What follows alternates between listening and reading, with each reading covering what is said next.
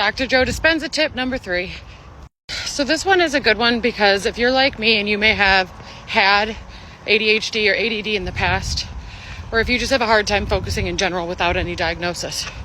So Dr. Joe says in his progressive seminar that I'm rewatching, and I'm sharing the tips with y'all.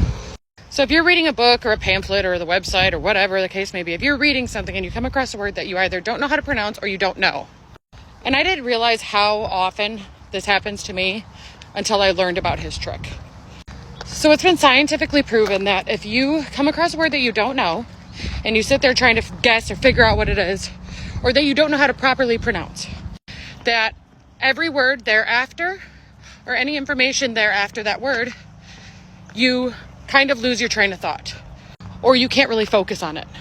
So you may be reading the information still, but you're not retaining it because subconsciously your brain is still stuck on that word.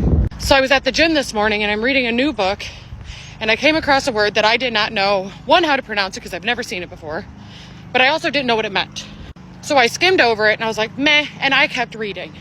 I started realizing that about a page in after that word, I was lost. I literally started reading again and I kept doing it until I realized, crap, what Dr. Joe said. So I immediately went on Google and I found out the word is pronounced pious, P-I-O-U-S, and it means if somebody looks pious, they look religious.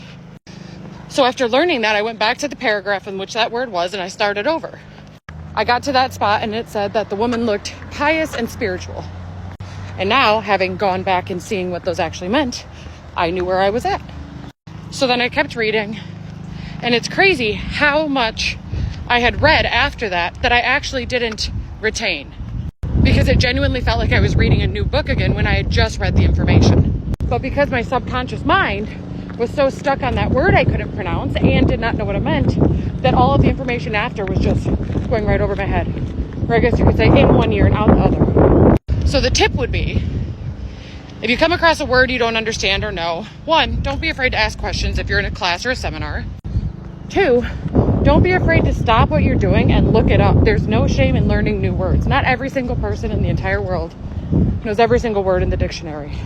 And 3, if you read out loud, you retain the information more as well, because you're pronouncing words that will then stick with you, like the word pious now sticks with me. So on that note, this will help you retain information more easily, be able to remember certain words or new words to yourself easier, and be better to repeat and or communicate those words to other people, which go to my next video, tip number 4. Love you.